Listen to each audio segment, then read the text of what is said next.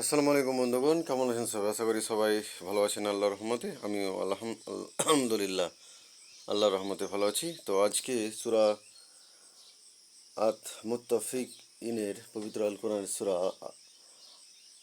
আত মুত্তাফিকিন এর 1 থেকে 6 নম্বর আয়াত ইতিপূর্বে আলোচনা হয়ে গেছে। আপনারা চাইলে ভিডিওটা সেই পর্বটা দেখে নিতে পারেন। আজকে 7 থেকে নিয়ে আরম্ভ করব এবং এখান থেকে আল্লাহ তাআলা আমাদের কী বোঝাতে চেয়েছেন এবং আমরা এখান থেকে কী শিক্ষা নিতে পারি এবং আমাদের জীবনে সেটাকে বাস্তবায়ন করে আমাদের জীবন পরিচালনা করতে পারি, সেটার দিকে বিশেষভাবে নজর দেব। তো চলুন শুরু করা যাক। আল্লাহ তাআলা 7 নম্বর আয়াতে কি বলছেন? আউযু বিল্লাহি মিনাশ শাইতানির রাজিম, বিসমিল্লাহির রহমানির রহিম। পরম করুণাময় অসীম দয়ালু আল্লাহর নামে শুরু করছি। আল্লাহ ইন্না কিতাবাল ফুজ্জারে লা ফি সিজ্জিন। কখনো নয়, নিশ্চয় পাপাচারীদের আমলনামা সিজ্জিনে, সপ্ত জমিনের নিচে অবস্থিত একটা স্থান। পাপীদের আমলনামা সেখানে রাখা হয়।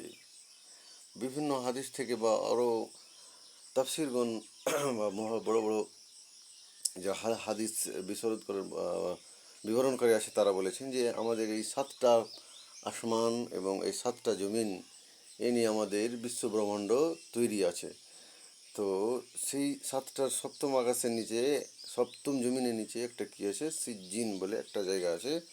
সেখানে প্রত্যেক পাপাচারী, যে যারা জালেম, যারা কাফির, তাদের কি আছে, তাদের আমলনামা সেই সিজ্জিনে রাখা আছে।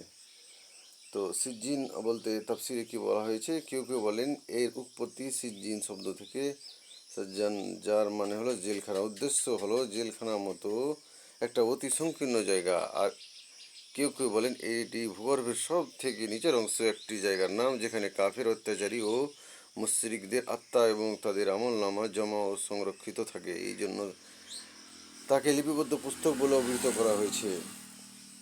এই যারা পাপী, তারা কি মনে করে যে তাদের এই যে খারাপ কাজ করছে পৃথিবীতে, তারা জুলুম করছে, একে অন্যের হক মেরে খাচ্ছে, প্রতিবেশীর হক মেরে খাচ্ছে, জমিতে গিয়ে তাদের অন্যের জমিকে নিজের আত্মসাৎ করছে, তারা কি কিভাবে, তারা কি ছাড়া পাবে না? কখনো নয়। তাদের প্রত্যেকটা তাদের প্রত্যেকটা কাজকর্ম আল্লাহ তাআলা লিখে রাখছেন। সেই পাপীদের, সেই মুনাফিকদের, যারা আল্লাহর বিরোধিতা করে, যারা এই গর্ভ ভরে এই পৃথিবীতে চলাফেরা করে, তাদের তো আল্লাহ তাআলা তাদের আমলনামা কোথায় রাখছেন? এই পৃথিবীর মধ্যেই সপ্তম, একবারে মাটির নিচে একটা সিজ্জিন, 7 জমিনের নিচে একটা সিজ্জিন বলে জায়গা আছে। সেইখানে আল্লাহ তাআলা তাদের আমলনামাকে সংরক্ষিত রাখেন এবং তাদের আত্মাকেও সংরক্ষিত, যারা পাপিষ্ঠ বান্দা তাদেরকে রাখেন সিজ্জিন নামক জায়গায়। তো 8 নম্বর আয়াতে আল্লাহ তাআলা বলছেন, ওমা আদরাকা মা সিজ্জিন, কিসে তোমাকে জানাবে সিজ্জিন কি? আর আল্লাহ তাআলা বলছেন, কিভাবে তুমি জানতে পারবা যে সিজ্জিনটা কি? কে তোমাকে জানাবে সিজ্জিন কি? কি এমন জিনিস যে সিজ্জিন, আল্লাহ তাআলা সেই সিজ্জিন নামক স্থানে ওই পাপিষ্ঠ যারা কাফের বান্দা, তাদের আত্মাকে, তাদের আমলনামাকে রেখেছেন। সেই সিজ্জিনের ব্যাপারে তুমি কিভাবে জানতে পারবে? এরপর 9 নম্বর আয়াতে আল্লাহ তাআলা বলছেন, কিতাবুম মারকুম, লিখিত কিতাব। আর এটা কোথা থেকে জানা যায়? একটা লিপিবদ্ধ কিতাব, একটা লিপিবদ্ধ কিতাব থেকে, যেটাকে আল্লাহ তাআলা বলেছেন, এই কোরআনের কথা বলেছেন যে আমি এর কিয়ামত পর্যন্ত আমি এর নাজিল করেছি এবং আমি একেই সংরক্ষিত করব। তো আল্লাহ তাআলা সেই তার কিতাবের কথা বলছেন যে কিসে তুমি জানতে পারবা। তো এই কিতাবের মধ্যে থেকে আমরা জানতে পারি, এই কোরআন পড়ে আমরা জানতে পারি, এবং তার প্রিয় নবী হযরত মুহাম্মদ সাল্লাল্লাহু আলাইহি সাল্লামের হাদিস সমূহ থেকেও আমরা জানতে পারি যে সিজ্জিন নামক স্থানে মানুষের কি রাখা হয়। তো চলেন এর আগের আয়াতে আল্লাহ তাআলা কি বলছেন সেটার দিকে দেখা যাক। ওয়াই ওয়াইলু ইয়াউমাইযিল লিল মুকাজ্জিবিন, সেদিন ধ্বংস অস্বীকারীদের জন্য। সেদিন দুর্ভোগ হবে মিথ্যাচারীদের, যারা মিথ্যাচারী, যারা পাপিষ্ঠ বান্দা, তাদের সেদিনের জন্য আল্লাহ তাআলা বলেছেন ধ্বংস, তাদের ধ্বংস হোক, তাদের দুর্ভোগ হোক। তারা যাতে, আল্লাহ তাআলা তাদেরকে অভিশাপ দিয়েছেন, তারা যেন দুর্ভোগ যাক, তারা যেন কি হয়, তারা যেন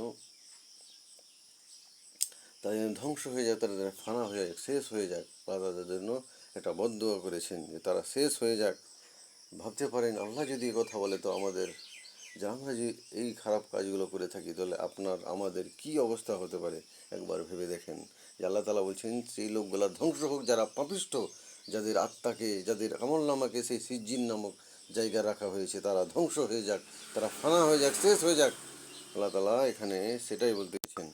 এরপরে 11 নম্বর আয়াতে আল্লাহ তাআলা বলছেন আল্লাযীনা ইউকাজ্জিবুনা বিয়াউমিদ্দিন, যারা প্রতিদান দিবসকে অস্বীকার করে, যারা কর্মফল দিবসকে মিথ্যা বলে মনে করে, যেটা কিয়ামত অনুষ্ঠিত হবে, জীবনের পর যে একটা মৃত্যু, জীবনের পর যে আল্লাহ তাআলা মৃত্যুর পর যে একটা আল্লাহ জীবন দেবেন, সেটাকে যারা মিথ্যারোপ করে, যারা তাওক্কা করে না, তাদের কি বলেছেন, তারা তারা কি করে অবিশ্বাস করে, তাদেরকে আল্লাহ তাআলা বলেছেন তারা ধ্বংস হোক ওই লোকগুলা যারা এটাকে মিথ্যা বলে করে বা বানাওয়াট মনে করে, বা আমরা তো এমনি এমনি হয়ে গেছি, বা আমাদের আল্লাহ তাআলা উঠাবেন না বা আমাদের জীবিত করতে পারবেন না, যারা এরকম মনোভাব পোষণ করে। এরপর 12 নম্বর আয়াতে আল্লাহ তাআলা বলছেন ওয়ামা ইউকাজ্জিবু বিহি ইল্লা কুল্লু মুতাদিন আসিম, আর সকল সীমা লঙ্ঘনকারী পাপাচারী ছাড়া কেউ তা অস্বীকার করে না। এই কথাগুলো কে অস্বীকার করে? যারা কি করে, আর যারা সীমা লঙ্ঘনের পাপিষ্ঠ ব্যতীত কেউ ওকে মিথ্যা মনে করে না। যারা পাপিষ্ঠ, যারা সীমা লঙ্ঘন করেছে, আল্লাহর সীমা দায়রা থেকে বেরিয়ে গেছে, আল্লাহর রেখা থেকে যেটা বেড়াইছে, যে চুরি করো না, ডাকাত, কারো হক মেরে খেও না, এগুলো থেকে যারা টপকে গেছে তারা, এবং যারা পাপিষ্ঠ, যারা নিজের পাপ করে, খারাপ কাজ করে তাদের আমল নামাকে পাপে ভরে দিয়েছে, তারা ব্যতীত তারাই এটাকে মিথ্যা আরোপ করে। তারা এটাকে মিথ্যা আরোপ, যারা আল্লাহর যারা মুমিন বান্দা, যারা মুত্তাকিন বান্দা, তারা এটাকে কি করে, এটাকে স্বীকার করে। যারা পাপিষ্ঠ তারা কখনো মনে করে না যে আমাদের মরতে হবে, মরার পরে একটা জীবন হবে যেটাখানে হিসাব কিতাব আমাদের নেওয়া হবে। এরপর 13 নম্বর আয়াতে আল্লাহ তাআলা বলছেন এজা তুতলা আলাইহে আয়াতুনা কালা আশাতিরুল আউয়ালিন, যখন তার কাছে আমার আয়াতসমূহ তেলাওয়াত করা হয় তখন সে বলে পূর্ববর্তীদের রূপকথা। বলছে তার নিকট আমার আয়াতসমূহ আবৃত্ত করা হলে সে বলে এটা তো পূর্বকালীন উপকথা। এটা বলা হয় যে এটা হচ্ছে পূর্বকালীন, এর আগের কথা, এগুলো এগুলো হলো সেকেলের কথা, এগুলো পুরনো কথা। কোনো কোনো মানুষ আমাদের প্রায় নবী সাল্লাহ সাল্লামের কথা বলেছেন যে এরা তো জাদুঘর, এরা তো একটা বানাওয়াট কথা বলছে, প্রায় তখনকার এখনও বলেছে, এখনও মানুষ বলে। তো এখানে তাফসির কি বলা হচ্ছে, তাফসিরে অর্থাৎ তাদের পাপকর্মে অবিচলতা ও সীমালঙ্ঘন এত বেশি বৃদ্ধি পেয়েছে যে আল্লাহর আয়াত শুনে তার নিয়ে চিন্তা ভাবনা করার পরিবর্তে তাকে পূর্বযুগের উপকথা বলে মনে করে। অর্থাৎ তারা যে পাপিষ্ঠ, পাপ করতে করতে এত পাপে লিপ্ত হয়ে গেছে এবং সীমা লঙ্ঘন করে এত তারা দূরে চলে গেছে যে এই কথাগুলো তারা এমনি মনে করে, তারা কানে গুরুত্বই দেয় না। তাই সেই পাপিষ্ঠ লোকেরা যারা সীমা লঙ্ঘন করেছে, আল্লাহর নিয়ম কানুনকে তোয়াক্কা করে জীবনযাপন করছে, তারা কি মনে করে এগুলো তো রূপকথা, এগুলো তো বানাওয়াট কথা, এগুলো তারা মনে করে যেগুলো তো এমনি এমনি বলছে, এগুলো বলছে আমরা মরে যাব, আমাদের সব কিছু শেষ হয়ে যাবে। না, খবরদার না। আমরা যে এই ভাবনাগুলো যারা করে থাকি তারা এখনও সাবধান হয়ে যান। আল্লাহ তাআলা আমাদের এই আয়াতের মধ্যে এটাই বোঝাতে চেয়েছেন যে যে ওই লোকেরা যারা ভাবে যে তাদেরকে ফিরানো হবে না, তাদেরকে জীবিত করা হবে না মৃত্যুর পর, তারা ভুল ভাবছে। হুম এগুলো মিথ্যা কথা। তো তাদের যন্ত্রণাদায়ক শাস্তির সুসংবাদ দিয়ে দাও, আল্লাহ তাআলা ইতিপূর্বে এটাই বোঝাতে চেয়েছেন। এরপর 14 নম্বর আয়াতে আল্লাহ তাআলা বলছেন কাল্লা কাল্লা বাল রানা আলা কুলুবিহিম মা কানু ইয়াকসিবুন, কখনো নয় বরং তারা যা অর্জন করত তাই তাদের অন্তরসমূহকে ঢেকে দিয়েছে। বলছে কখনো নয়, এই যে কথাগুলো আছে, যারা পাপিষ্ঠ বান্দা তারা যে মনে করছে যে আমরা এই সীমা লঙ্ঘন করে আল্লাহর নিয়ম কানুন না মেনে আমরা জীবনযাপন করছি, আমাদের মৃত্যু হবে না, মৃত্যুর পর একটা জীবন হবে না, তারা যেটা মনে করে, আল্লাহ বলছেন কখনো নয়, তারা এটা ভাবছে এটা কখনোই হবে না, তাদেরকে জীবিত করা হবেই হবে, বরং তারা যা অর্জন করতো তাই তাদের অন্তঃসময়ে ঢেকে দিয়েছে। তো তারা পাপ কাজ করে করে, তারা খারাপ কাজ করে করে, আল্লাহ সীমা লঙ্ঘন করে এমন বেশি এত দূরে চলে গেছে, তাদেরকে অন্তরটাকে আল্লাহ তাআলা বলছেন কাল্ব, যেটা অন্তরকে বলা হয়, যেটা দিল আমরা যদি হার্টকে বলি, সে হার্টে একটা দাগ ফেলে দেয় আল্লাহ। যারা পাপ কাজ করে সেটা বড় হতে হতে কী হয়, ঢেকে যায়। তো আল্লাহ তাআলা সেই কালবের কথা বলছেন, অন্তরের কথা বলছেন, তাদের অন্তরটা কী হয়েছে, ঢেকে গেছে।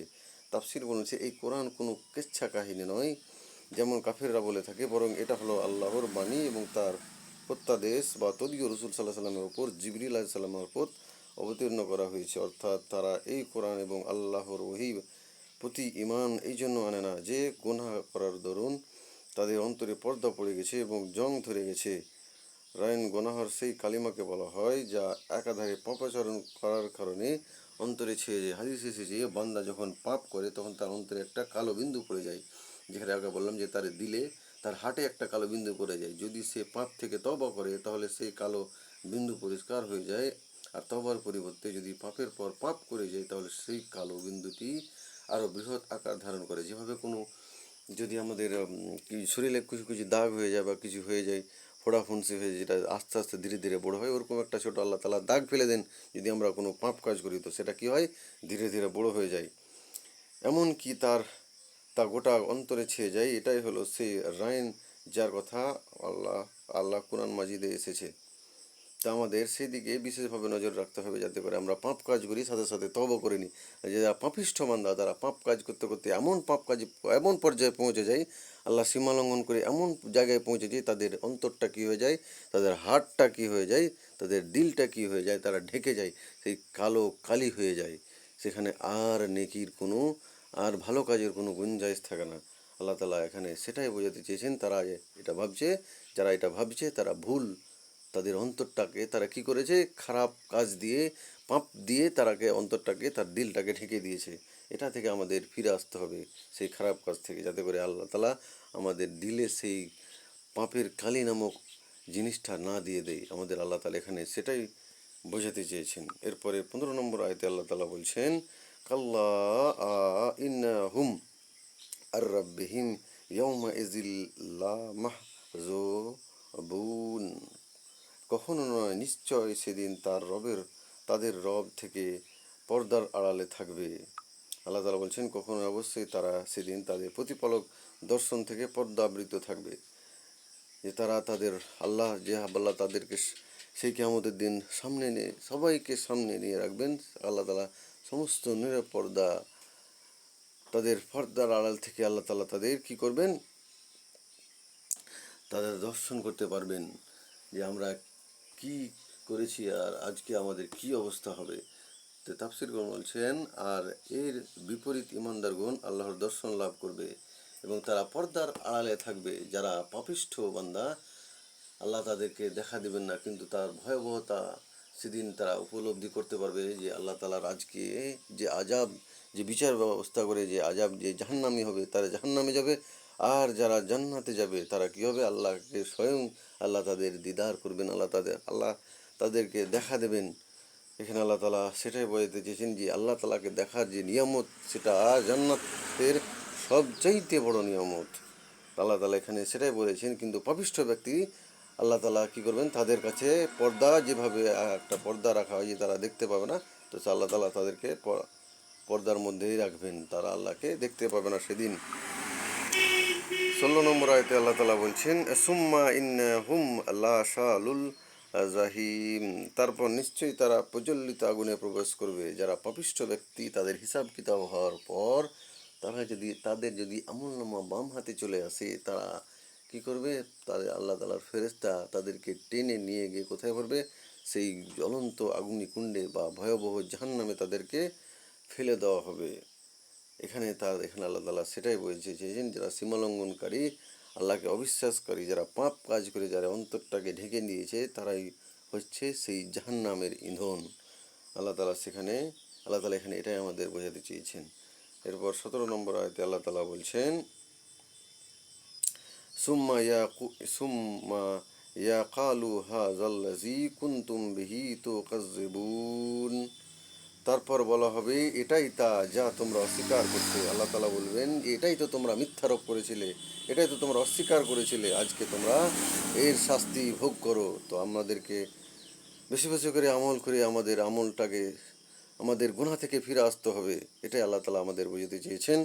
আজকে এখান থেকেই, এরপরে আরও এই সূরার আরও আলোচনা হবে ইনশাআল্লাহ।